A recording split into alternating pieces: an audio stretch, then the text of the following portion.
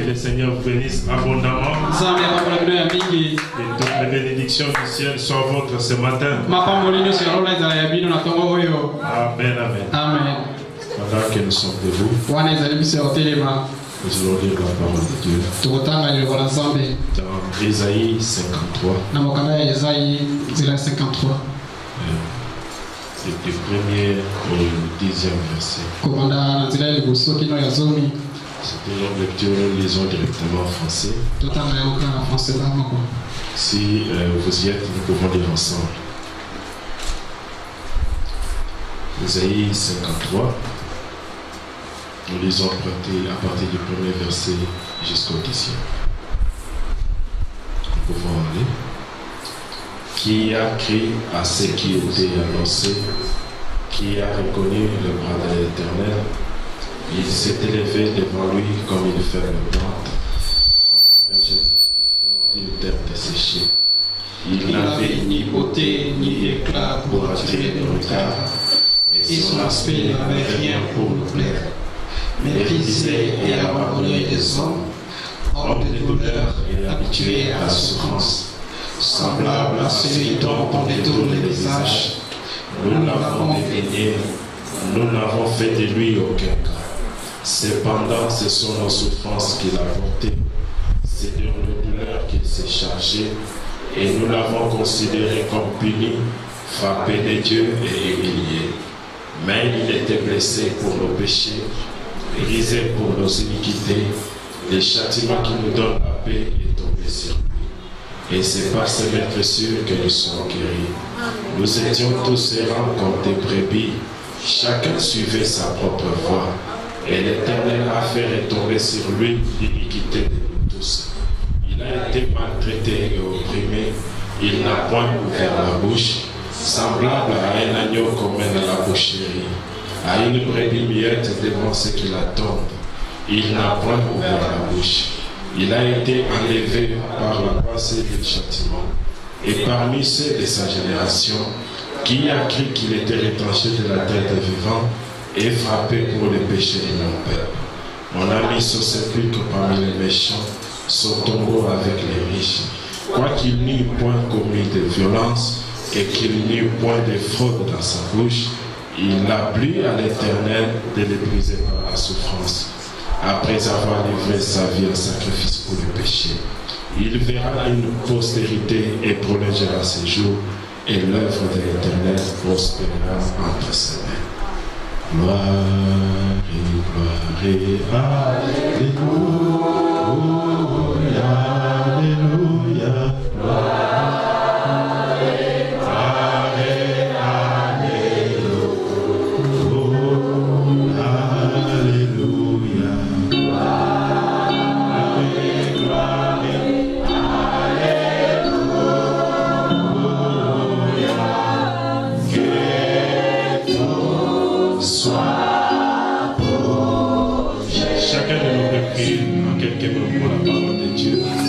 et qu'il nous parle.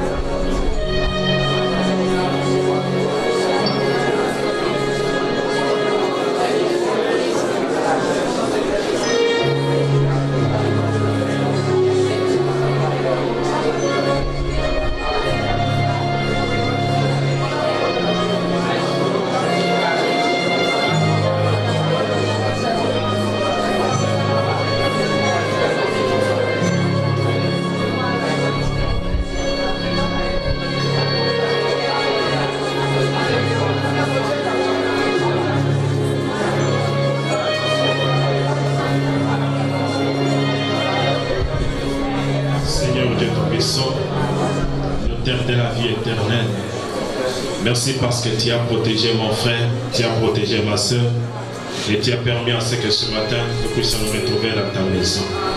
Tu n'as jamais rassemblé les gens pour rien, mais quand tu rassembles les gens, tu as quelque chose à leur dire. Laisse que ce que tu avais prévu dès avant la fondation du monde leur soit communiqué. Parce que tu as dit que là où deux ou trois sont réunis en mon nom, je suis au milieu d'eux. Si tu n'es pas en ces lieux, nous ne serons pas différents des députés et des sénateurs. Parce qu'ils se réunissent comme nous aussi. Mais la seule différence, c'est que dans notre réunion, il y a l'hôte invisible, les dieux tout-puissants, l'Éternel des armées, et soit au milieu de nos seigneurs, pour neutraliser toutes les puissances de l'ennemi, pour nous assister du début jusqu'à la fin, parce que nous nous confions à toi. Et il est dit que ceux qui se confient à l'Éternel renouvellent leurs forces. Que ce matin, Seigneur, nos forces soient renouvelées, que nos forces spirituelles soient renouvelées, que nos forces physiques soient renouvelées, que ceux qui sont venus malades puissent retrouver leur guérison, que ceux qui sont venus faibles puissent retrouver le réconfort dans la parole. Parce qu'il est écrit, je leur ai envoyé ma parole, et ma parole les a délivrés. Et laisse que cette parole, qui a la puissance de délivrance à l'intérieur, puisse nous délivrer ce matin. Assiste à nos pères bien-aimés, dans le nom de Jésus-Christ, le Fils de Dieu bien-aimé. Amen. Ok, merci, vous pouvez vous asseoir. Que Dieu vous bénisse encore une fois. Est-ce que vous êtes dans la joie d'être dans la maison de Seigneur? Vous pouvez manifester cela.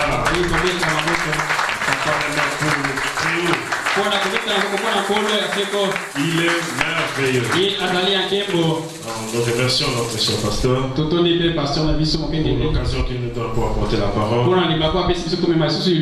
Que Dieu le bénisse richement. Et ce matin, nous allons nous entretenir sur la cruauté du péché. La cruauté du péché. Donc le péché est cruel dans ce sens-là. Ok. Et la peine que cela a coûté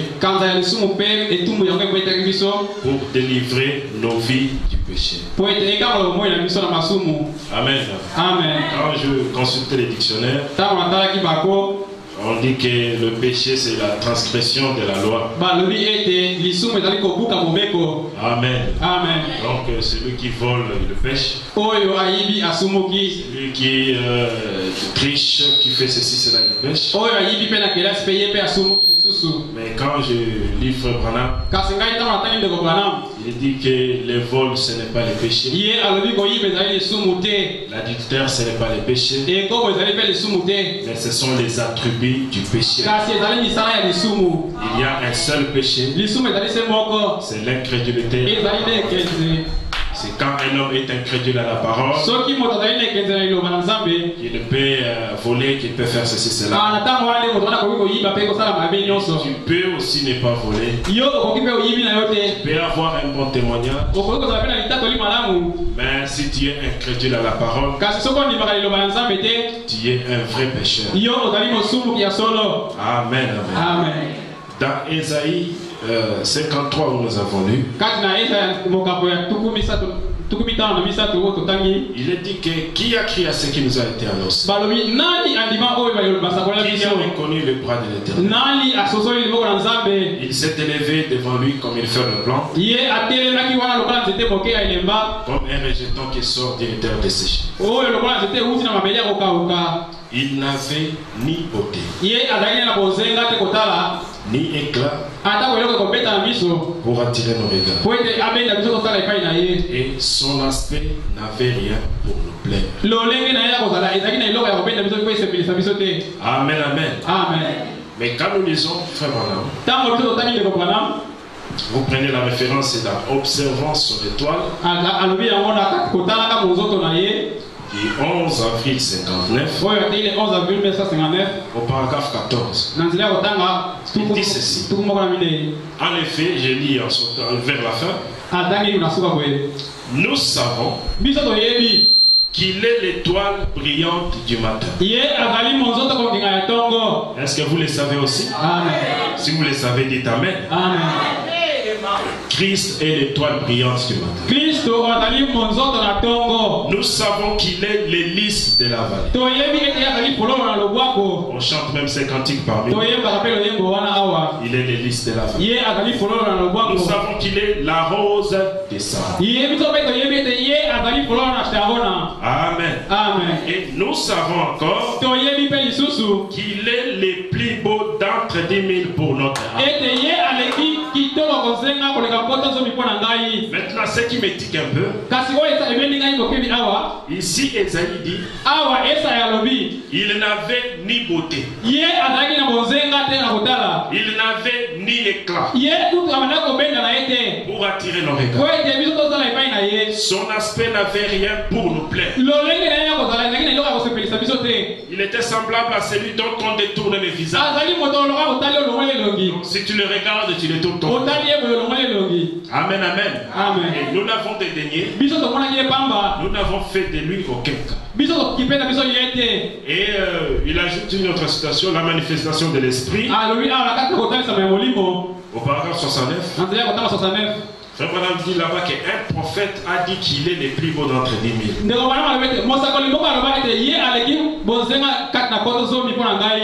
Et où est-il le roi des Juifs? Une prédication. Au paragraphe 59, il dit un poète a dit il est le plus beau d'entre eux. Maintenant, est-ce que les Écritures se contredisent? D'entrée des jeux, je vous dirais que les Écritures ne se contredisent pas. Parce que toutes les questions qui sont dans les messages du temps, les réponses aussi c'est toujours dans les messages du temps de la fin. Quelqu'un peut dire amen à cela? C'est pourquoi quand nous lisons dans les témoignages de Jésus-Christ, Frère Branham dit là-bas, du premier au deuxième paragraphe, les témoignages de Jésus-Christ.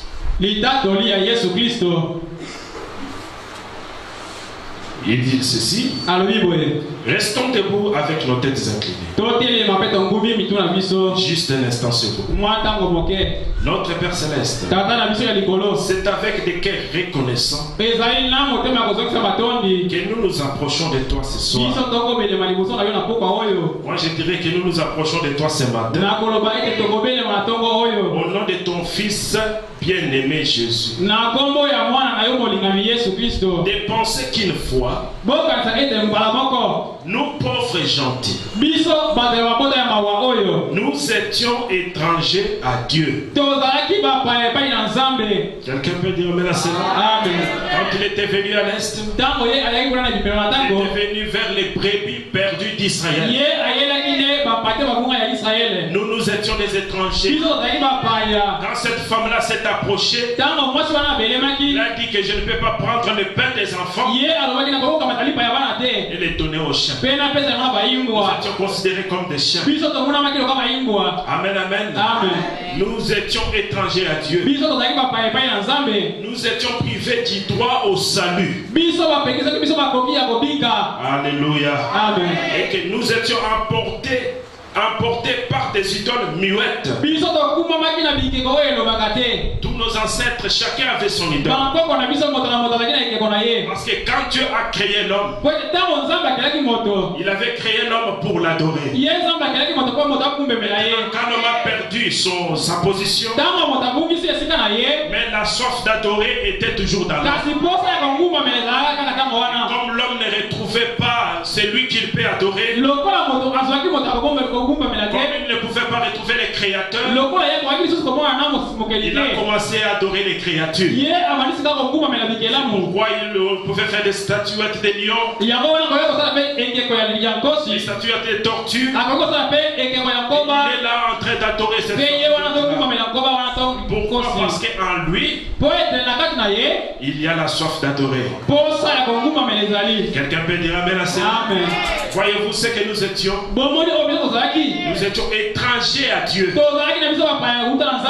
Nous étions privés au salut. On ne pouvait pas être sauvés. Mais au temps convenable, Christ est mort à notre place. Quelqu'un peut dire amen à cela? Amen. Il est mort au temps convenable. Et Frère Branham dit, lui qui était le plus beau, Kitoko, dans ce sens-là. Est-ce que vous croyez qu'il était le plus beau? Écoutez maintenant la précision du prophète. Il dit, mais il a été rendu laid à Komisamaki Mabe et défiguré au calvaire. Amen. Amen. Il était rendu laid et défiguré au calvaire. Ce n'est pas dire qu'il n'est pas beau. Amen, amen. Il est le plus beau d'entre nous. Mais au calvaire, il était rendu laid. Il était défiguré. Des fois, les films qu'on regarde sur Jésus, on a atténué beaucoup de choses. Jésus était frappé comme un koulouna. Quelqu'un peut dire amen à ça? Un koulouna n'a pas quelqu'un qui peut entrer pour lui. C'est lui qui vient ici, il tape. C'est lui qui vient là, il tape. On avait fouetté tous les corps. Il était blessé partout.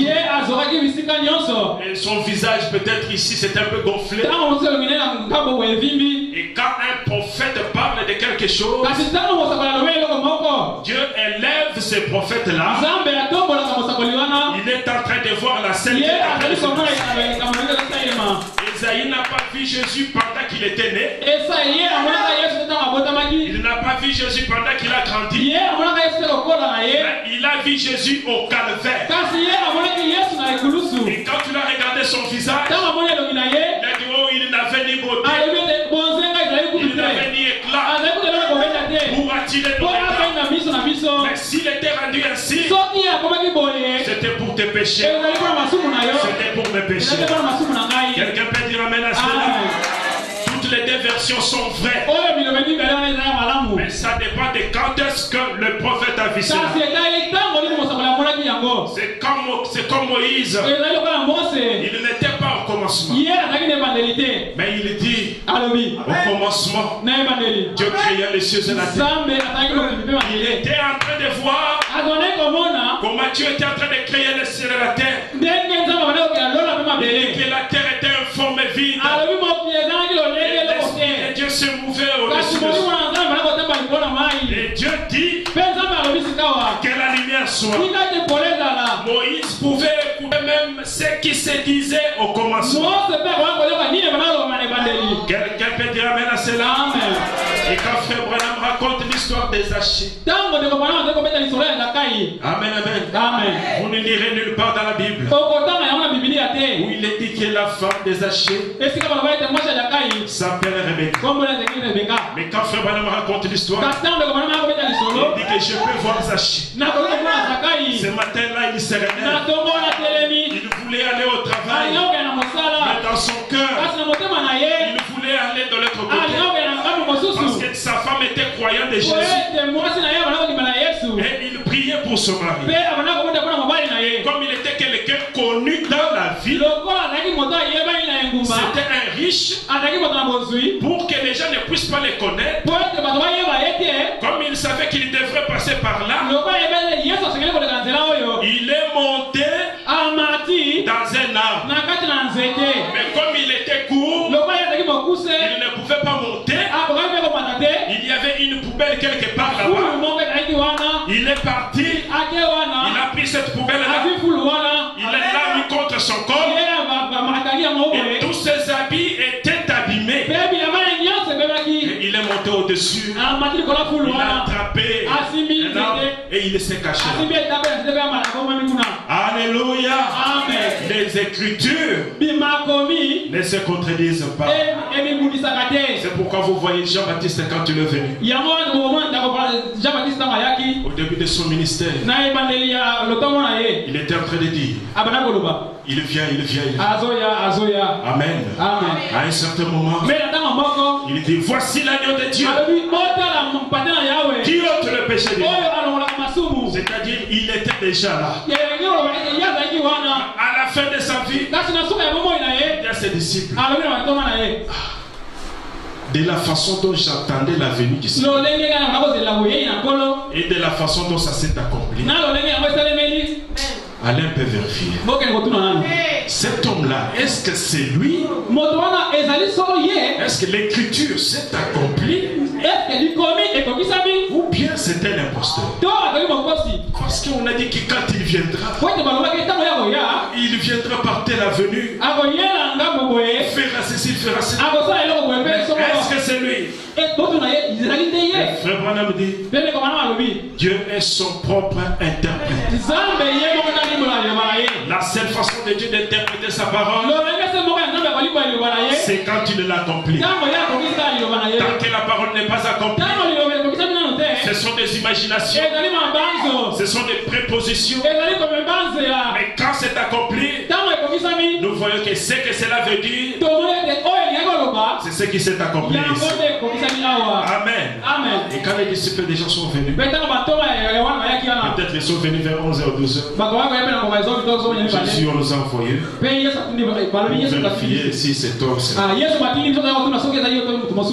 Mais vous êtes venus un peu très tôt. J'ai culte le soir. Donc restez là jusqu'au moment de culte. Après le culte, je voudrais voir ce que je peux faire.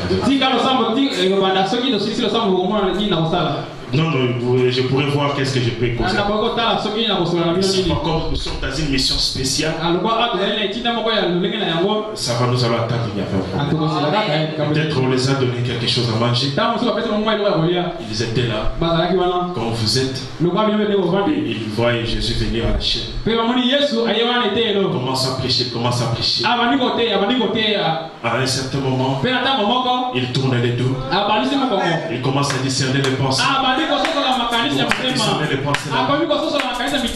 Quelqu'un qui était malade, il dit ta maladie c'est elle. Voilà ce que tu as fait dans ta vie. Il dit Amen là où il était. Et la guérison s'installe. Après la réunion, il se retrouve. Il dit allez dire à Jean.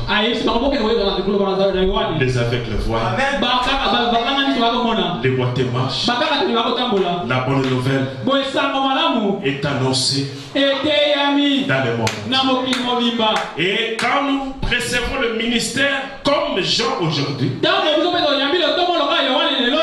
Frère Branham commence le ministère, il vient, il vient, il vient. Il salue même ceux qui attendent la venue du Seigneur. Vous qui êtes là-bas, qui attendez la venue du Seigneur, que Dieu vous bénisse là-bas. Mais à un certain moment, la symphonie change. Quelqu'un peut dire Amen à cela. Il est dit dans aujourd'hui, cette écriture est accomplie. Il dit au paragraphe 255, j'ai lu l'écriture. J'ai remis ma Bible au sacrificateur. Les regards des gens étaient fixés sur lui. Il lit l'écriture plutôt. 256. J'ai lu l'écriture avec une douzaine d'évidences ou plus, montrant que nous vivons dans les derniers jours, dans la génération qui verra les retours de Jésus-Christ sur la terre. Et je vous dis ce soir, moi je vous dis ce matin, aujourd'hui, cette écriture est accomplie sur vos yeux. Vous qui êtes à Tucson, vous qui êtes à Agapao, vous qui êtes reliés par téléphone, aujourd'hui, cette écriture est accomplie. Réjouissons-nous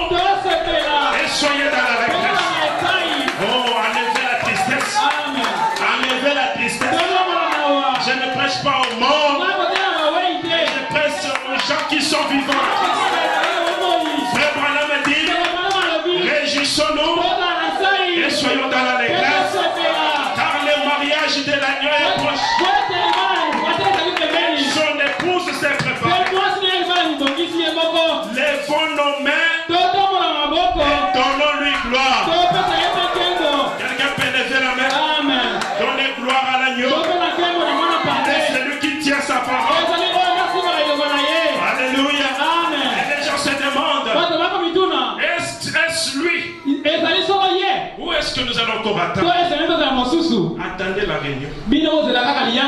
Amen, amen. Amen. C'est là que nous voyons nos montées. Parce qu'au temps de Jean-Baptiste, c'était 2 personnes. Il y avait Jean-Baptiste, il y avait Jésus. On pouvait les séparer. Mais aujourd'hui, toutes les promesses du temps de la fin s'accomplissent dans un an. Appelé William Branham. Il montre qu'en tant que Branham, il commence à prêcher. À un certain moment, il dit pour que vous puissiez voir que ce n'est plus moi. Je vous tourne le dos. Pour que vous puissiez comprendre que c'est votre Seigneur. Amen, amen. Amen. Donc les Écritures, il faut savoir les placer. Pour Siméon, la venue du Seigneur, c'était quand Jésus était bébé. Parce qu'on avait dit, tu ne mourras pas. Tu les vois cette venue. Quand tu l'as vu un bébé, il a dit, oh, laisse ton serviteur s'en aller. Parce que mes yeux ont vu le Seigneur. Pour plusieurs, c'était quand Jean l'a présenté. Voici l'agneau de Dieu. Il était déjà là. Il était déjà là.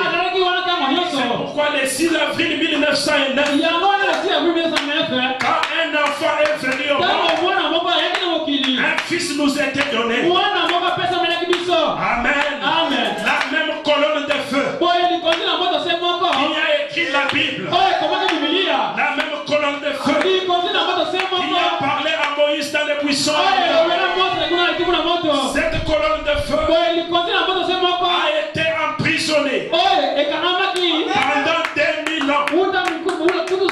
Mais quand William Branham vient sur la terre, quelques minutes après, sa mère qui était là, elle voit une lumière. C'est le retour de la colonne de feu. Une lumière qui est en train de circuler. Ça circule, ça vient jusqu'au berceau. Et frère Branham dit, depuis toutes ces années, je l'ai caché dans mon cœur. Quelqu'un peut dire amen à cela? Amen. Quelqu'un peut dire amen à cela? Amen. C'est là que Jean pleurait sur l'île de Patmos. Qui est digne d'ouvrir les livres? Et là c'est après les calvaires. Qui est digne? Il ne trouvait personne. Et Jean représentait l'église. On dit Jean, ne pleure pas. Voici les lions de la tribu. Il a vaincu pour briser les sceaux. Maintenant, quand l'église retourne pour voir les lions, Jean n'a pas vu les lions, mais il a vu un agneau qui n'était pas immolé, mais qui était comme immolé. Frère Branham dit, l'Apocalypse est un livre de symboles. Tout ce qui est écrit dans l'Apocalypse, ce ne sont que des symboles. Si vous ne comprenez pas les symboles, regardez l'accomplissement de la chose. Vous allez comprendre. Cette vision-là, ça s'est accompli aujourd'hui. Nous voyons l'Apocalypse 10. Les lions de la tribu de Juda qui est en train de descendre. Alléluia. Amen. Quand il parle, ce sont des 7 tonnerres. Amen, amen. Amen. Mais Celui qui vient à la chaîne pour prêcher la révélation de cette source. Ce n'est pas les lions, mais c'était un certain agneau qui était le 6 avril 1909. Au mois que naissent les agneaux, il vient là comme un agneau. Il parle lentement. À un certain moment, on sent les tons qui commencent à changer. Et c'est le lion de la tribu de Juda qui est en train de courir. Où était le lion de la tribu de Juda? Il était caché à l'intérieur. Parce que quand l'épouse regarde, il voit un agneau. La voix qui sort de la bouche, c'est la voix du lion. Amen, amen. Un livre de symboles.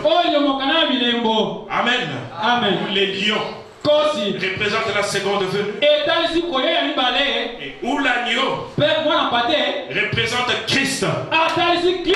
Quand il est immolé, c'est la première venue. Mais quand il est comme immolé, c'est quand il est sous la forme de l'épouse, afin de briser les sceaux. Et la première prédication qu'a fait Branham revient de la montagne, c'est Dieu se cache et se révèle dans la grandeur. Est-ce que vous me suivez là-bas dehors? Dieu se cache et se révèle dans la simplicité. Les gens sont en train d'attendre de voir quelque chose de grand, de voir quelque chose d'émouvant. Mais Dieu s'est caché dans un petit homme qui pouvait aller à la chasse, qui pouvait aller pêcher même les poissons, qui pouvait même dormir sur les lits avec sa femme. Mais dans son cœur, il cachait la plénitude de la divinité. Amen, amen. Dieu se cache, se révèle dans la simplicité. Pendant que les orgueilleux, ils marchent avec la tête haute, cherchant où est Dieu, où est Dieu. Dieu lui s'humilie. Il n'y a que les humbles qui peuvent aussi s'humilier comme Dieu, qui peuvent les trouver là. Quelqu'un peut dire amen à ça? Oh ma. Et quand je dis il n'avait ni beauté, vous comprenez que cependant qu'il était au calvaire, mais il est le plus beau d'entre 10 000 pour moi. Quelqu'un peut dire amen à cela? Mais la vision d'Ésaïe, c'était seulement au calvaire. Il a regardé comment on l'avait frappé, comment il était défiguré, comment partout c'était le sang. Il était méconnaissable. Il a dit oh là là là là. Il n'avait ni beauté, ni éclat pour attirer l'oreille. Son aspect n'avait rien pour nous plaire. Et au paragraphe 37 de la cruauté du péché jusqu'au 53, moi j'ai lu en sautant. Si je devais considérer le passage de l'écriture ce soir, je prendrais le verset 6 d'Ésaïe 53 où nous avions lu. Ok. Nous étions tous errants. Amen. Chacun suivait sa propre voie. Est-ce que c'est la vérité? Une question que je vous pose avant le message. Où est-ce que vous étiez? Peut-être qu'il était un tireur de vin là au village.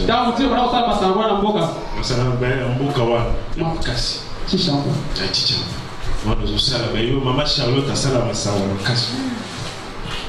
mais la grâce de Dieu est venue te trouver là. Chacun suivait sa propre voie. Et l'Éternel a fait retomber sur lui l'iniquité de nous tous. C'est-à-dire notre péché qu'on commettait là. Ça méritait qu'on nous frappe. Mais à notre place, il y a quelqu'un qui est venu. Il a dit Père, et ne les frappe pas. Moi j'accepte de mourir à leur place. Et cette personne-là, c'est le Seigneur Jésus-Christ. L'église de la vallée, la rose des Sharon, le plus beau d'entre les mille. Alléluia. Et frère Branham me dit, j'ai déjà parlé juste quelques instants. Parce que nous sommes toujours heureux quand nous avons la joie du Seigneur au milieu de nous. Quelqu'un peut dire Amen à cela? Quand la joie du Seigneur est là, quelqu'un est joyeux. Est-ce que c'est la vérité? Amen. Si toi tu es toujours triste, il y a quelque part une question à se poser. Parce qu'il y avait dans une plantation, il y avait des esclaves noirs qui étaient là. Chacun était presque triste. Moi je faisais mon chant au village. On m'a mis dans les bateaux, on m'a mené ici. J'ai laissé ma femme, j'ai laissé mes enfants. Chacun avait son problème. Mais parmi eux, il y avait aussi un esclave. Il n'avait pas de soucis. Que le dollar monte, que ça descende, il était toujours joyeux parce qu'il connaissait sa position. Un acheteur est venu. Je vais acheter les esclaves ici. Non, regarde, ils sont nombreux là-bas. Cet homme a regardé. Celui-là, depuis qu'il était assis à l'église, avec la main à la joue comme ça.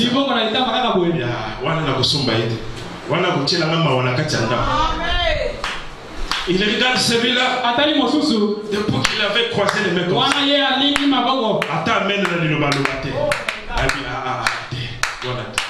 Mais il regarde très bien.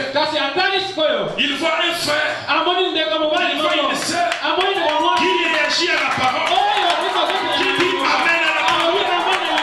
Il dit moi je veux celui-là. Le tête de la plantation il dit insommable. Il n'est pas à vendre. Il n'est pas à vendre comment moi je suis venu chercher.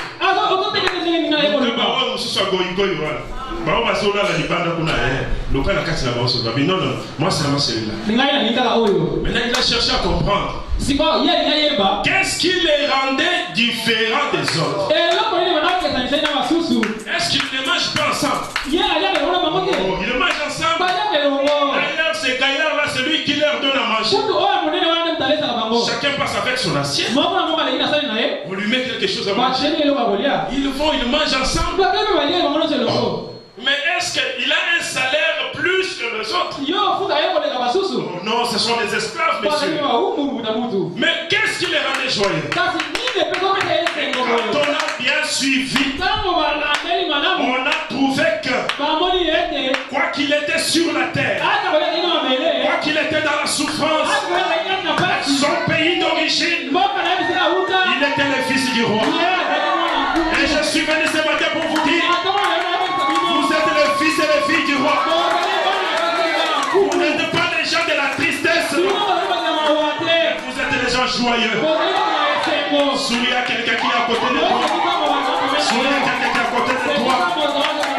Vous êtes les gens joyeux. Parce que les châtiments de notre iniquité n'est pas tombé sur nous. Mais cela est tombé sur Jésus-Christ. Nous sommes libres aujourd'hui. Aujourd'hui, je suis enfant de Dieu. Marchez la danse sur mon père. Parce que tu es le fils de Dieu. Quelqu'un peut dire Amen à cela. Quelqu'un peut dire Amen à cela. Amen à la vie de communauté. Voilà pour vous, ton mignon. Amen. Merci Seigneur. Nous sommes les enfants de Dieu. Malgré nos conditions. Dieu ne nous choisit pas aujourd'hui. Il nous a choisis. Dès avant la fondation du monde. Il savait que tu aurais des faiblesses que tu as là. Il avait prévu que l'agneau de Dieu puisse mourir. Afin qu'avec le temps, que tu puisses changer. Parce que Frère Branham me dit, je ne crois pas au changement brusque. Le changement véritable, ça vient progressivement. La bonne bénédiction, ça vient progressivement. Toi-même, tu vois comment l'argent est en train de monter. Tu fais un peu la chute du monde encore. Et quand tu en auras beaucoup, tu auras une bonne gestion. Quelqu'un peut dire amen à cette. Et Frère Branham vous demande, est-ce que vous vous êtes déjà arrêté pour penser à ce que cela a coûté pour l'avoir? Aujourd'hui, vous avez la joie du salut. Est-ce que vous êtes un peu arrêté pour vous demander, mais qu'est-ce qu'il a fallu pour qu'aujourd'hui j'ai aussi la joie? Pour qu'aujourd'hui, moi qui n'avais pas part au salut, que je sois sauvé. Pour qu'aujourd'hui, moi qui ne pouvais pas écouter la voix du Seigneur, que je puisse écouter les messages du temps de Est-ce que vous vous êtes déjà demandé? Vous vous êtes déjà rendu compte du prix qui était derrière cela? C'était les jugements et la peine du péché. Frère Branham dit combien les péchés doivent être cruels. Les péchés cruels. Ça dure. Car il a envoyé les fils de Dieu au calvaire. Qui a envoyé les fils de Dieu au calvaire? Non, qui a envoyé? Nani a tindaki? C'est Dieu qui l'a envoyé. Amen. Amen. Et Dieu l'a frappé. Mais dans l'accomplissement des Écritures, ce sont les soldats romains qui les frappaient.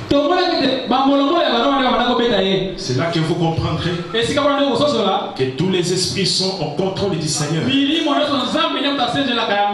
le diable est sous la domination de notre Dieu.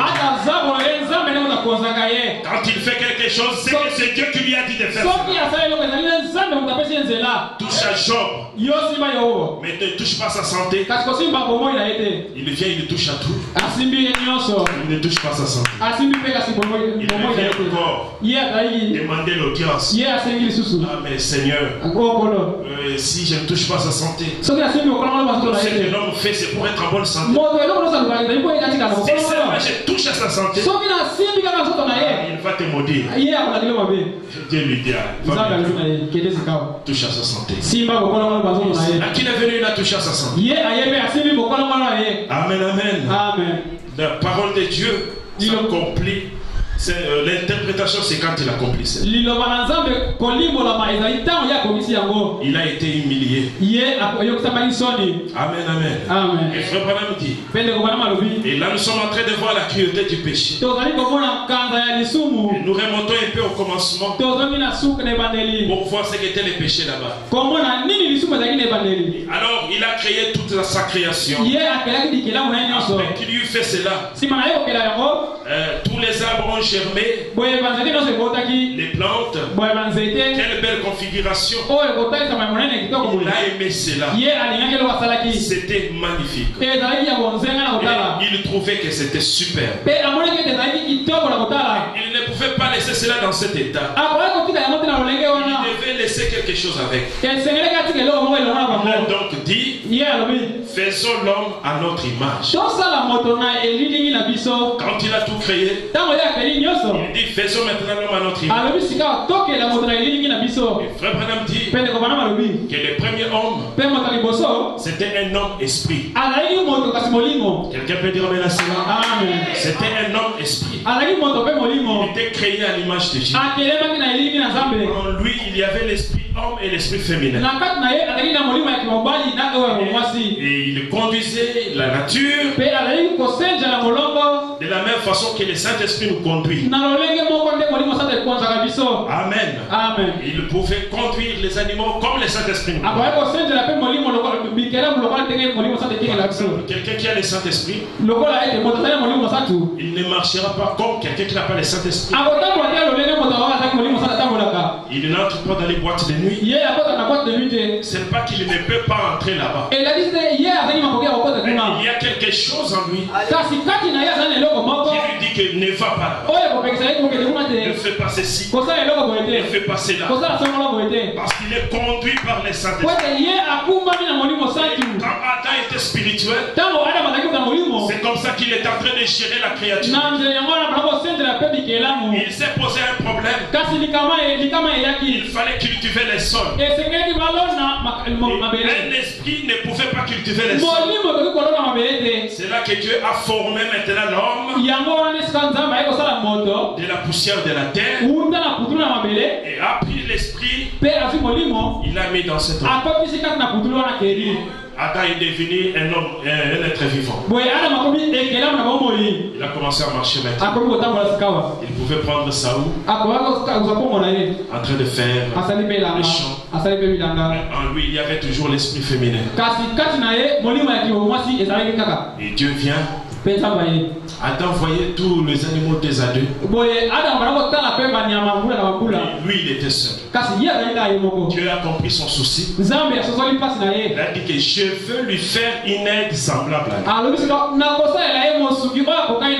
Qu'est-ce qu'il a fait? Il lui a endormi. Amen, amen. Et quand il était endormi, il lui a fait une opération sans cicatrice.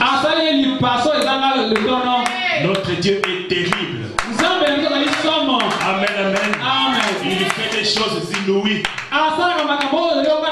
Et quand vous regardez, il a enlevé une côte de l'homme. Il en a fait une femme. Il a fait sortir l'esprit féminin qui était dans l'homme. Il l'a mis dans la femme. Et quand vous regardez la femme, elle a toutes les côtes au complet. Et les hommes, nous avons une côte de moins. Amen, amen. Mais quand vous regardez, il n'y a pas de cicatrice. Il a prouvé qu'il est le créateur. Quelqu'un peut dire amen à cela. Amen. Et voyez, c'est quand l'homme était maintenant dans la poussière de la terre, que le péché est maintenant venu au travers du serpent. Est-ce que vous êtes en train de me suivre? Amen. Le péché est venu au travers du serpent. Le serpent était aussi là, en train d'observer ce qui s'est passé. Il cherchait un moyen par où entrer. Et quand vous lisez la Bible, avant le verset 3 de Genèse, il n'y a pas de point d'interrogation. Mais le premier point d'interrogation commence avec la question du serpent. Quand le serpent demande à Ève,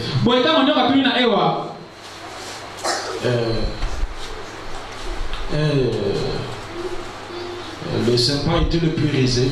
On dit, Dieu a-t-il réellement dit? Vous ne mangerez pas de tous les arbres du jardin. Voyez-vous là où le premier point d'interrogation. Amen, amen.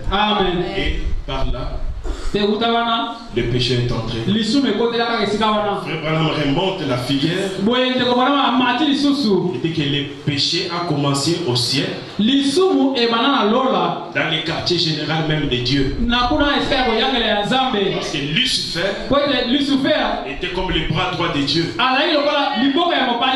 le premier ministre, celui qui mettait les sceaux à la perfection. Et il a commencé à penser faire un royaume plus beau que celui de Michaël. Il a même convaincu 2/3 des anges. Quand il y a eu combat, on l'a précipité sur la terre. Quand il est tombé sur la terre, Il a recherché les chefs-d'œuvre de Dieu. Les chefs-d'œuvre de Dieu, c'était l'homme. Et il a écoulé l'homme. Les péchés étant. Dans les messies, frère Madame dit. Amen. Amen. Au paragraphe 16 à 22. Bien, selon Isaïe 9:6. Nous n'allons pas lire cela. Cependant, il devrait être le Père éternel. Le Dieu puissant. Quand Dieu a créé l'homme dans Genèse 1:26, si vous notez les Écritures, cela montre que Dieu a d'abord créé l'homme pour qu'il soit un Dieu. Amen. Amen. Je vais écouter un amen. Amen. Si vous voulez être un animal, c'est votre affaire. Parce qu'un homme sans le Saint-Esprit, il est même pire qu'un animal. Mais si Dieu vous a créé, ce n'est pas pour être des hommes simplement, non. Mais pour que vous soyez des dieux. Je veux que quelqu'un dise je suis un Dieu. Je suis un Dieu. Quelqu'un dise je suis un Dieu. Je suis un Dieu. Il est le souverain sacrificateur de votre confession. Dieu vous a créé pour être des dieux. Quelqu'un peut dire amen. Amen. L'homme a été créé pour être un Dieu. Un petit Dieu. L'enfant d'une chèvre, c'est une chèvre. L'enfant d'un lion, malgré qu'on l'appelle lionceau, mais tout ce qui est dans les pères lions, cela se trouve en lui. Même si au début là, il ne peut pas attraper un animal, laissez-lui seulement le temps qu'il puisse grandir. Il ajoute à sa foi la vertu. Il ajoute à la vertu la connaissance. Il ajoute à la connaissance la tempérance. Il ajoute à la tempérance la patience. Il ajoute à la patience l'amour fraternel. Par-dessus tout l'amour divin. L'agapao. Je vous dis que cet enfant que vous avez négligé là, c'est un Dieu. Dieu vous a créé pour être des dieux. Et il a été créé à l'image et selon la ressemblance de Dieu. Est-ce que quelqu'un peut dire amen? Il n'est pas créé selon la ressemblance d'autres choses. Il avait des mains comme Dieu.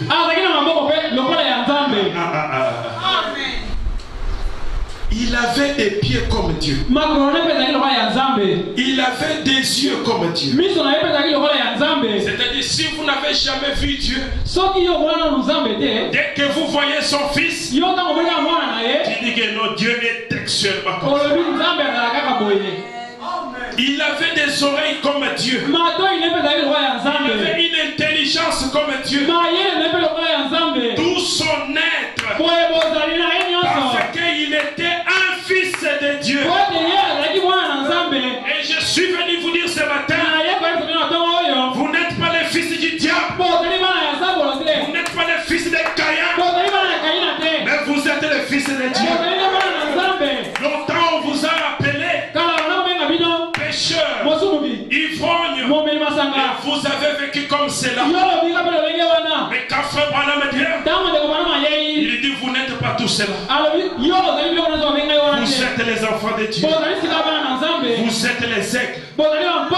Même si ton œuf était perdu, tu t'es retrouvé parmi les poussins. Tu as grandi avec les poussins. Mais regarde seulement les têtes des poussins. Tu verras que c'est différent avec ton bec. Le bec du poussin c'est tout droit comme ça. Mais ton bec est crochu. Quand le poussin cherche dans la terre, toi tu essayes, mais ça ne parvient pas.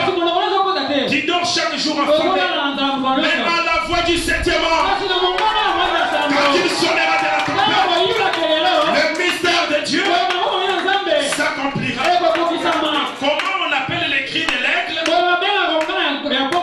C'est la trompette. Et la voix du septième ange. Quand il sonne la trompette, partout où vous êtes, vous vous mobilisez pour quitter les péchés, pour venir à Jésus. Parce que vous êtes un fils de Dieu. Parce que vous êtes une fille de Dieu. Jésus a dit, comment pouvez-vous me condamner lorsque je dis que je suis le fils de Dieu? N'est-il pas écrit dans votre loi que vous êtes des dieux?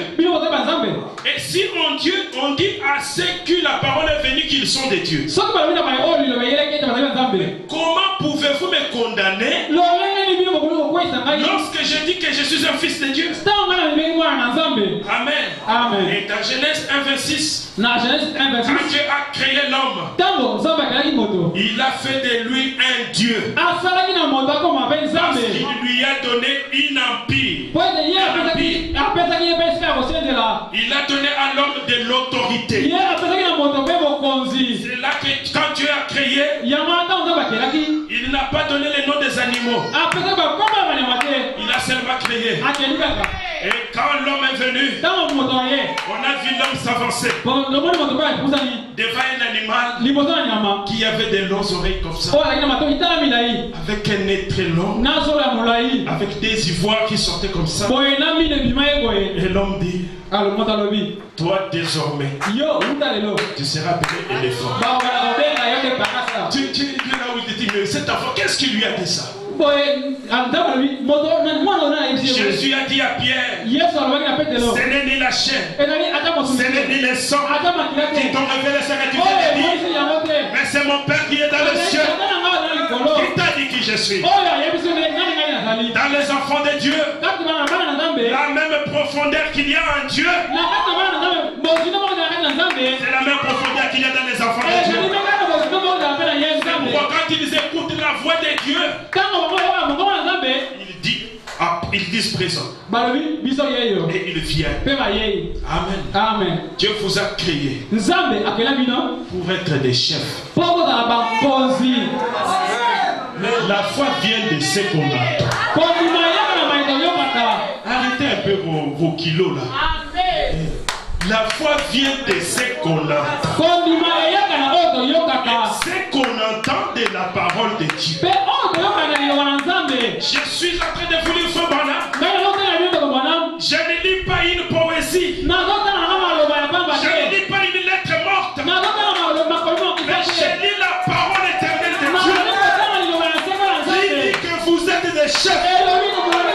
Et si vous l'acceptez, à partir de maintenant, soyez des chefs. Alléluia. Vous êtes des chefs. Pas seulement des chefs, mais des chefs rois. Gloire soit à Dieu. C'est-à-dire quand tu marches là, tu es comme David. Tu as l'option sur toi. Même si les lions viennent, tu as la possibilité par l'option de tenir ces lions-là et de les briser. Même si tu entres dans la fosse au lion, tu as avec toi les lions de la tribu de Juda. Il va fermer les gueules de tout. Au travail où tu vas, il y a beaucoup de lions là-bas. Des lions qui veulent avoir les postes que tu as, qui méditent chaque jour pour te faire du mal. Peut-être les poisons ils ont déjà pris. Mais pourquoi tu es là jusqu'aujourd'hui? Parce que l'Éternel est en train de veiller sur toi. Tu as l'onction sur toi. Jésus a mon temps. Il a dit, je vous laisse une commission. À mon nom, vous chasserez les malades. Même si vous buvez des breuvages mortels, cela ne vous fera aucun mal. Alléluia. Vous êtes des chefs. Je ne peux pas écouter un amen. Vous êtes des chefs. Vous êtes des chefs rois. Alléluia. Parce qu'il était selon la ressemblance et à l'image de Dieu. et posséder un domaine terrestre. Quand tu as créé l'homme, il lui a donné une partie de son esprit, une partie de sa vie. Parce que c'est son fils. Amen. Vous êtes comme votre père. Un enfant, quand il est encore enfant, son visage d'enfant, vous n'avez pas. Mais quand il grandit, il prend du poids. Il mange, il mange les 7 sons. Il mange les 7 tonnerres. Il mange la venue du Seigneur. Quand vous le regardez, il commence à ressembler encore plus à son père. Alléluia. Vous êtes des chefs pour un. Même si vous n'acceptez pas ça, je vous dis encore, vous êtes des chefs pour un. Même dans la vallée de l'ombre et de la mort, quand tu descends, il est avec toi. Aucun mal ne peut t'arriver. Parce que tu as l'onction sur toi. Tu marches avec l'onction. Parce que tu es un fils de Dieu. Alléluia. Vous êtes des chefs. Et l'homme même dans sa condition déchu, bien qu'étant un fils de Dieu déchu, il peut cependant faire des progrès.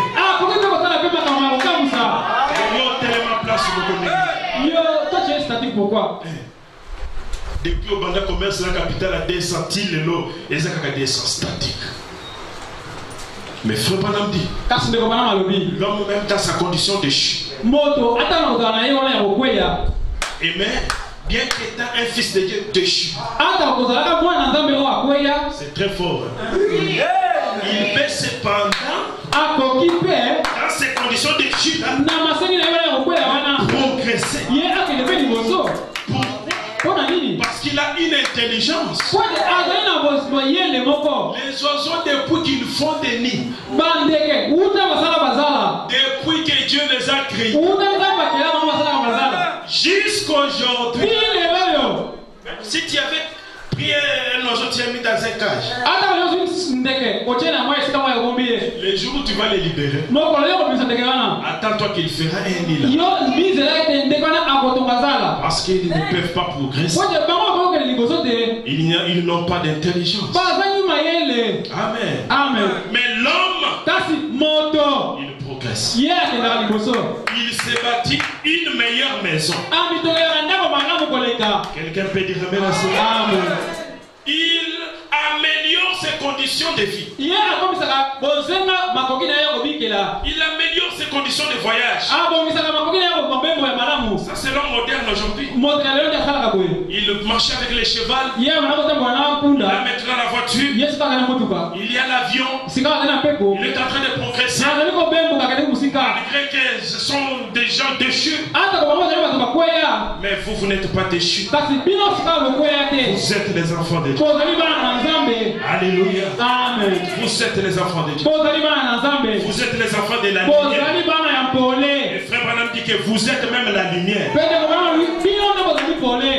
Il dit ceci.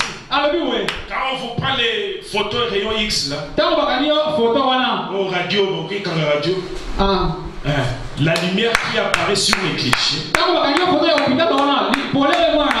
ne provient pas des appareils. Oh, j'aime frère Branham. Mais il dit cette lumière là est à l'intérieur de vous. C'est pourquoi Jésus, connaissant les Écritures, il nous disait vous êtes la lumière du monde. Amen, amen. Nous sommes la lumière du monde. Nous ne sommes pas créés pour être dominés, mais nous sommes créés pour dominer. Nous sommes les enfants de Dieu. Dieu nous a donné un territoire. Dieu nous a donné des terrains. Pierre l'a posé la question. Mais nous te suivons. Nous avons la clarté. Oh, il y a qu'à la nanga. Ça va. Nous avons fait ça.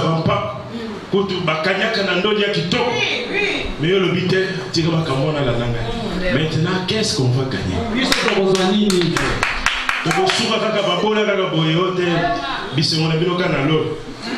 Ça, c'est l'évangile des catholiques, des missionnaires. Ils ont sectionné l'écriture. Et les pauvres, Pourtant, l'écriture dit errer les pauvres en esprit. Mais ils viennent errer les pauvres. Donc, mais quand Frère Branham vient, il dit vous devez avoir des meilleures maisons. Vous devez avoir des bonnes voitures. Vous devez être des enfants de Dieu. Amen, amen. Quelqu'un peut dire amen à cela? Amen, amen. Amen. Et voilà tout ce qui est arrivé. Afin que nous soyons ce que nous sommes. Et nous ajustons dans Dieu se cache et se révèle dans la simplicité. Au paragraphe 4, 5. Frère Branham dit là-bas, Dieu vous a créé pour être des dieux, mes frères. Maintenant, quand l'homme, avant qu'il pêche, je termine. Mais ne manquez pas sur tout ceci. Quand l'homme a péché, il s'est séparé de Dieu. Amen. Amen.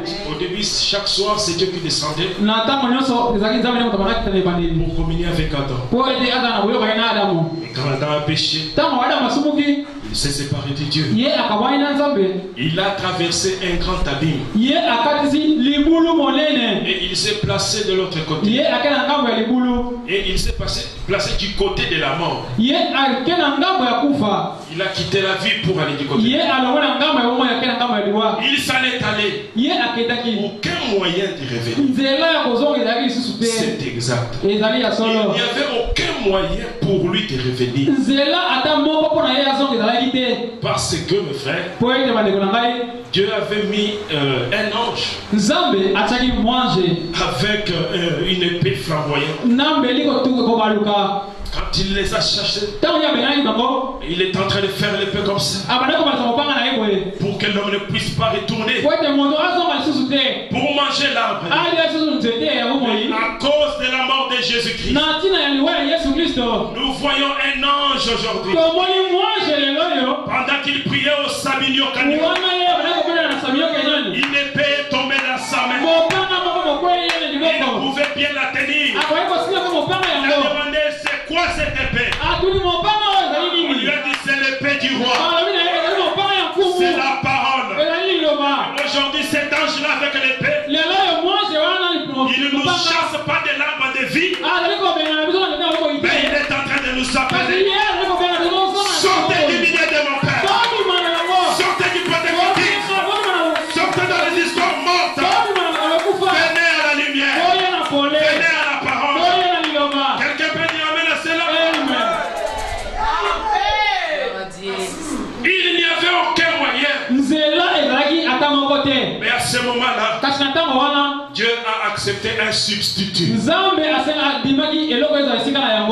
Avant la mort de Christ, c'était un substitut. Qui était un agneau. Quelque chose. Il devrait verser le sang. C'est pour cela quand l'ère de l'offrande était arrivée,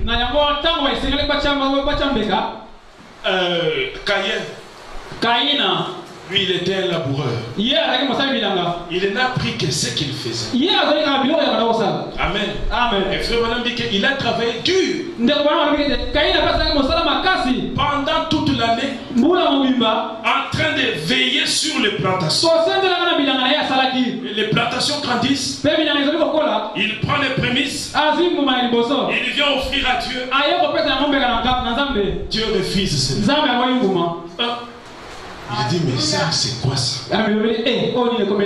Il regarde maintenant Abel. Frère Branham dit, Abel n'a fait aucun travail. Le salut ne dépend pas de vos efforts. Mais c'est la grâce de Dieu. Esaü, c'était un homme bon. Un homme sans reproche. Mais Dieu aimait Jacob. Amen, amen. Il a vu Abel qui avançait. Comme il était un éleveur, il a regardé seulement parmi son troupeau.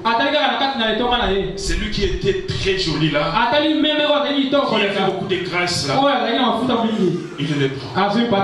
Dès qu'il prend le troupeau, la brebis, là où Dieu était, il dit, mais cet enfant, qu'est-ce qu'il est en train de faire? Est-ce qu'il l'a pris par hasard? Ou bien il connaît ce qu'il est en train de faire?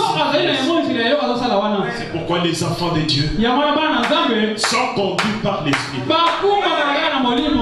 Il est venu avec ça, en train de les traîner. Et Frère Branham dit, c'est là typifié le calvaire. Il est en train de les traîner, en train de monter avec lui sur la montagne. C'est là typifié Jésus-Christ, qui ne partait pas par sa propre force. On lui a fait porter une grande croix. Il est en train de monter. Et Abel est en train de pousser ça. Et il est arrivé jusqu'au bout. Et Caïn, quand il a regardé, il a dit, moi, j'ai fait une belle religion. Regardez comme on a mis des fleurs ici, c'est très beau. Ma religion était très belle. J'ai disposé des fleurs là-bas. J'ai disposé des fleurs là-bas. J'ai mis des fruits ici. Dieu a refusé mon sacrifice. Seulement ces sacrifices d'odeur comme ça. Est-ce que Dieu va accepter ça? Dieu ne va pas accepter. Il vient avec ça. Dieu voit comment Abel il prend une pierre. Il coupe la tête. Et il y a les sangs qui sortent là. C'était sale à voir. Mais Dieu a créé cela. Parce que sans effusion du sang, il n'y a pas de pardon des péchés. Peu importe ce que tu peux faire, peu importe ce que tu es, sans effusion du sang, pas de pardon des péchés. Quelqu'un peut dire amen à cela? Amen. Adam de l'autre côté, il était un fils de Dieu. Il descendait de Dieu avant les péchés. Il avait l'autorité sur la nature. Il pouvait créer par la parole. Pourquoi? Parce qu'il était lui-même un créateur.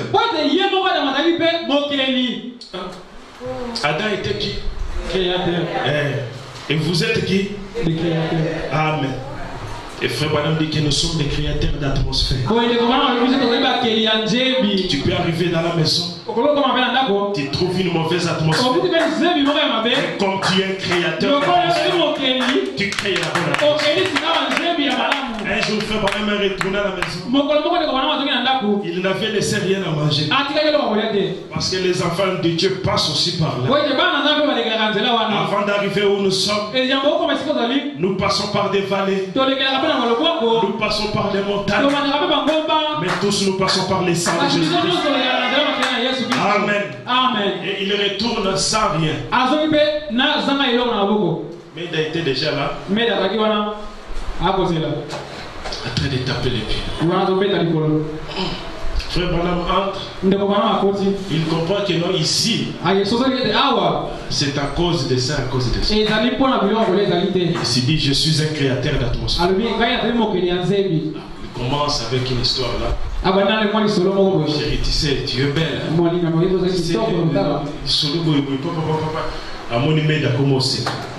Déjà. Elle ne comprenait pas pourquoi on l'a apporté dans ce sens-là. La mauvaise atmosphère était partie. La bonne atmosphère est. Vous êtes les créateurs d'atmosphère. Changez l'atmosphère là où vous êtes. Même dans vos maisons, même au travail, soyez toujours environné de la bonne atmosphère. Amen, amen. Amen. Avant le péché, il avait autorité sur la nature. Il pouvait créer par la parole. Pourquoi? Parce qu'il était lui-même un créateur. Il descendait de Dieu. Mais quand il a péché, il est passé de l'autre côté. Il s'est séparé de sa filiation. Il est un pécheur par nature. C'est pourquoi la Bible dit: nous sommes conçus dans l'iniquité, formés dans l'iniquité. Nous naissons dans l'iniquité. Pourquoi vous verrez un petit enfant? Tu lui demandes, mais oh, tu as pris le lait, pourquoi? Il dit non, je n'ai pas pris. Mais qu'est-ce qu'il y a ici?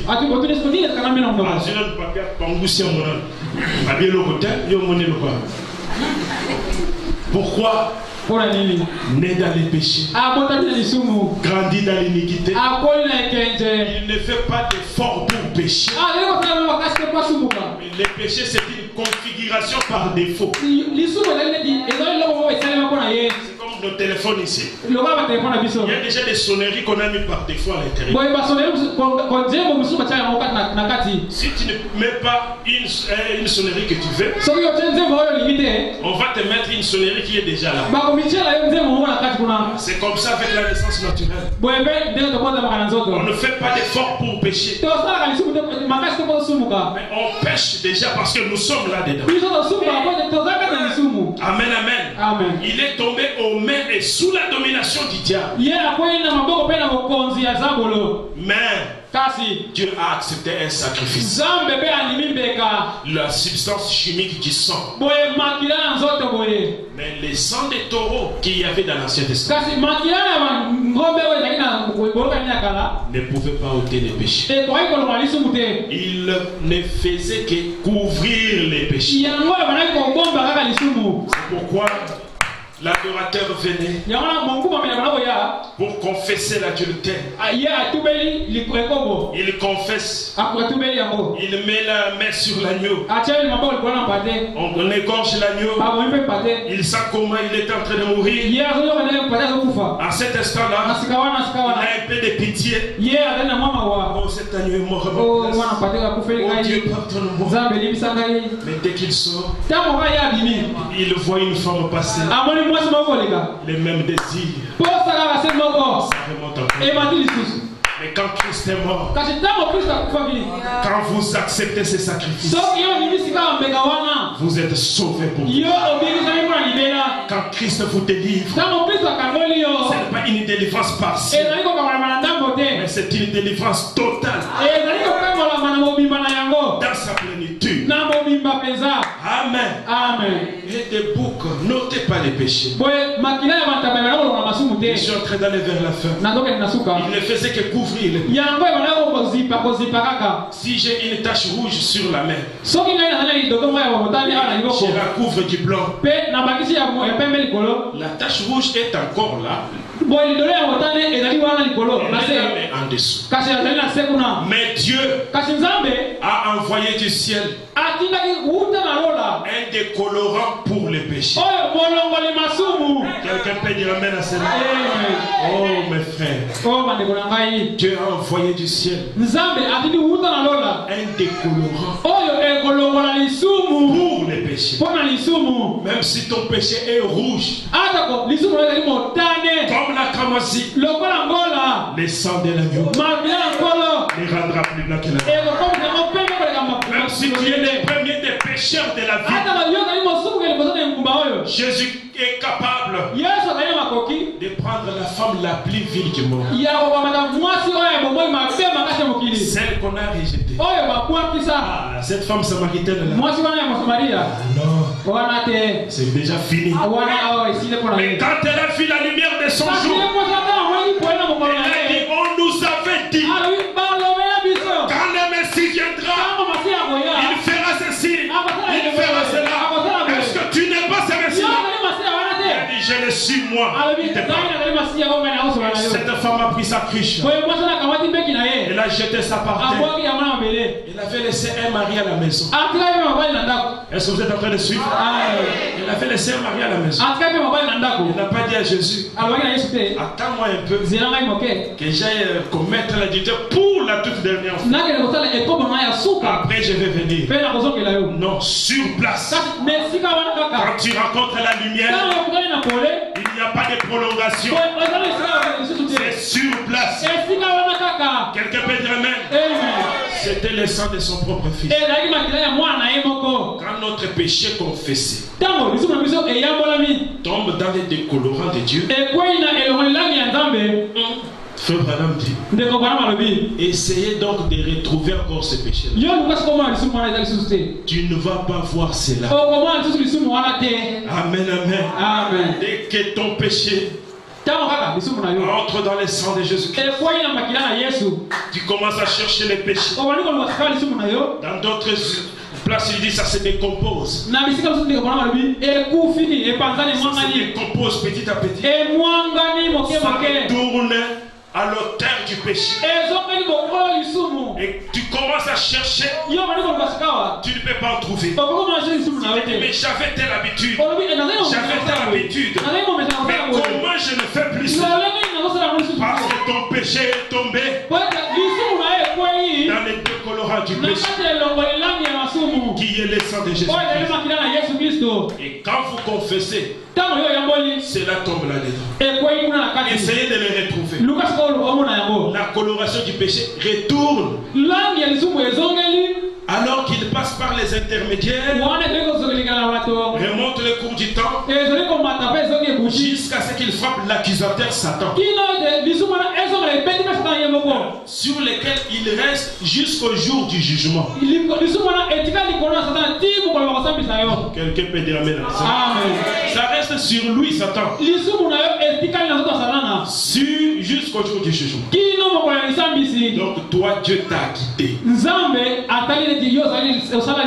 Amen, amen. Donc le péché est cruel, mes frères. Cela a séparé l'homme de Dieu. Cela a changé même la position de l'homme. L'homme est tombé entre les mains de Dieu, sous la domination de Satan. Cela a créé une fossé entre l'homme et Dieu.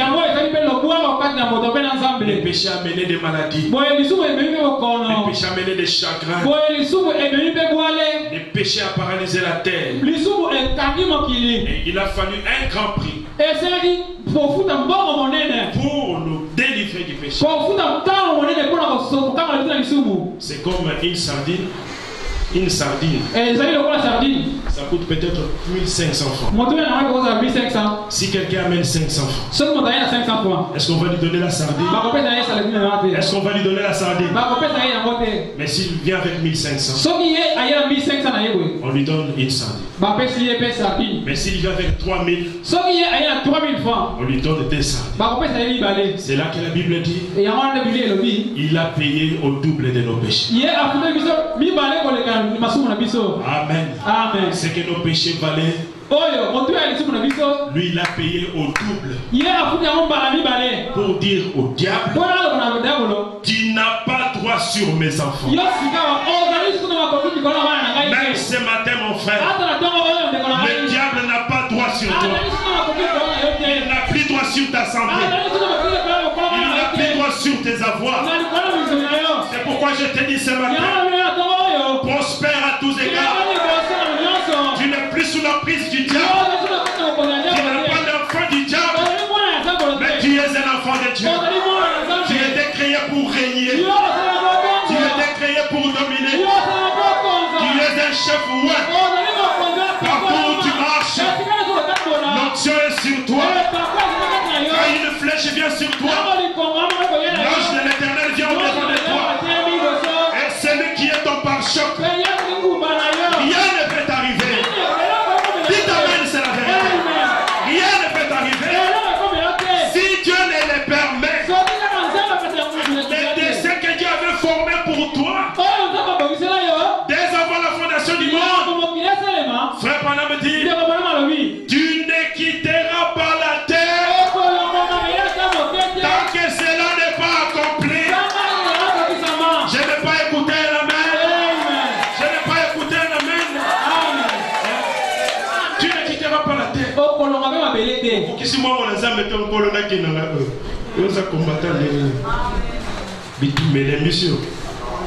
Nous sommes les enfants de Dieu. Alléluia, alléluia. Au paragraphe 70, à 81, c'est là que je vais finir. Je vais finir par là. Adam a donc pris Ève comme sa femme. Quand le péché est entré, Ève est venue raconter à Adam ce qui s'était passé.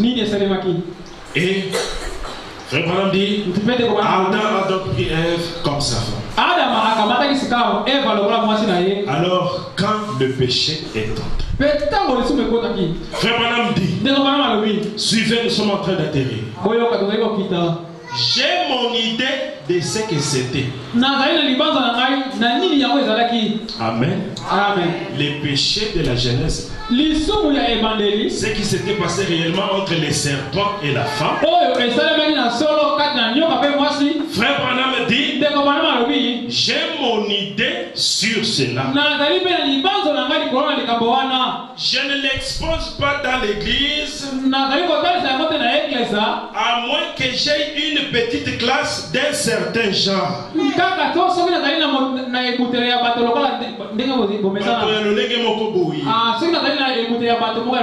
Et vous êtes cette classe-là. Parce que Frère Branham parlait devant les gens qui ne pouvaient pas comprendre ce qui s'était passé. Amen, amen. Amen. Il y a des gens qui soutenaient qu'ils avaient mangé la pomme. Ils ont même amélioré.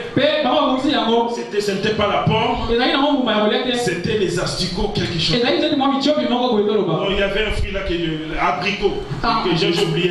Que Frère Branham est en train de dire.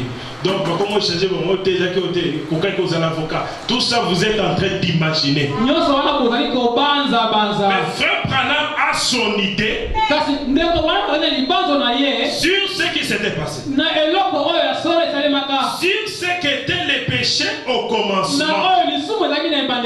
Amen. Amen. Parce que de toute façon, quand l'enfant vole, quand nous étions à l'école, tu voles le stylo de quelqu'un, on va prendre les frottoirs, on met la main comme ça, on frappe là où tu as péché.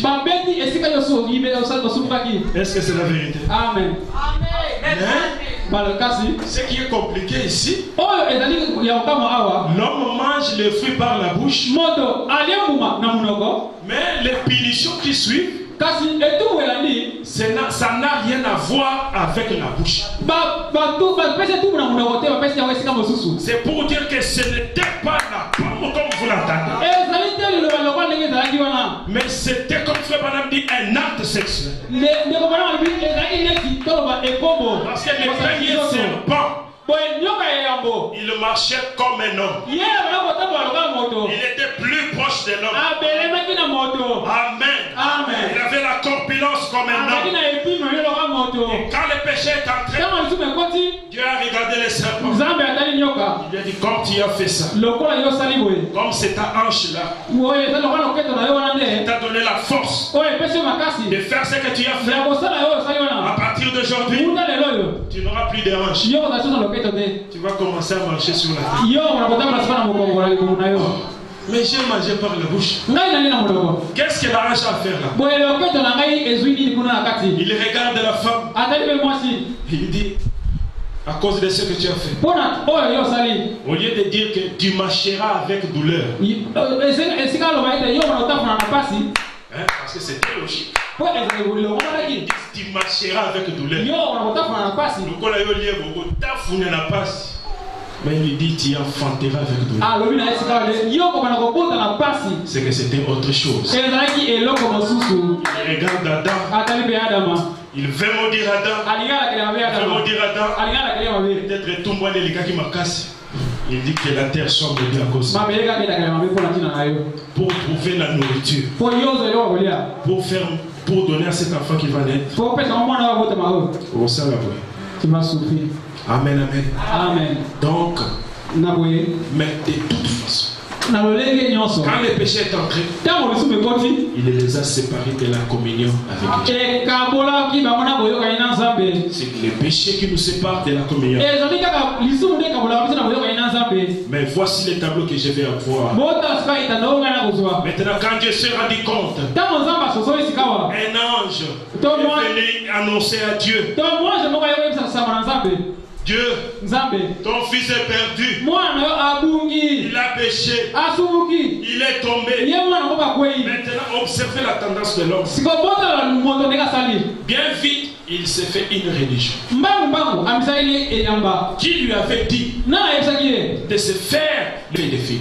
Ce n'était pas Dieu. C'est lui-même. Les péchés qu'il a fait, il s'est retrouvé qu'il est nu. La pomme qu'il avait mangée, quand il se regarde, il se retrouve. Je sais que les adultes sont en train de comprendre. Amen, amen. Amen. Et Dieu est venu lui dire: ton fils est perdu. Il s'est fait une religion. C'est ce que beaucoup font. Et bien ensuite, quand il a péché, les mots religion veut dire couverture. Il s'est fait une couverture de figues. Maintenant remarquez, Adam avec ses feuilles de figues, c'était très bien. Aussi longtemps qu'il n'y avait pas affaire avec Dieu, tant qu'il n'était pas dans la présence de Dieu, il sentait qu'un ange de feuilles de figues, mais quand il est venu dans la présence de Dieu, cela n'a rien signifié. Mais quand il devait faire face à Dieu, il s'est rendu compte que ces feuilles de figues ne valaient rien. Tout ce que vous faites pour vous couvrir, le péché, cela ne vaut rien devant Dieu.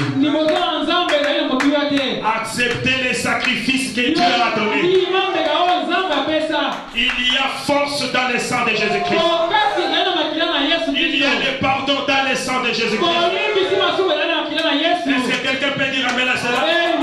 Et mes amis, vous pourriez penser maintenant que vous êtes une personne brave. Et vous l'êtes peut-être. Mais quand vous avez affaire avec Dieu, si vous n'avez pas accepté ces sacrifices prouvés par Dieu, vous êtes perdu et vous en serez conscient. Et tout homme qui est non régénéré suivra la voie de la perdition. Amen. Amen. Vous n'y pouvez rien. Parce qu'après la mort, c'est votre âme qui vous guide. Et si vous suivez Dieu sur la terre, votre âme va vous conduire au ciel. Mais si vous ne suivez pas Dieu, ça va vous conduire tout droit à l'enfer. Mort, l'âme sort. Si c'était pour Dieu, ça suit Dieu. Vous voyez les autres quand ils meurent, il commence à faire des freins. Voyez pas Zonga, mais quand vous écoutez la voix de Dieu, n'endurcissez pas votre cœur. Ne venez pas à l'église pour cacher votre bassesse. Dieu est en train de faire le mal. Non, si je suis chez les catholiques, on va me découvrir que j'ai seulement dans l'église du message pour cacher ma bassesse. Au contraire, quand vous venez, exposez-vous devant Dieu. Dites-lui vos faiblesses. Et il est capable de vous transformer, de vous changer. Que le Seigneur vous bénisse.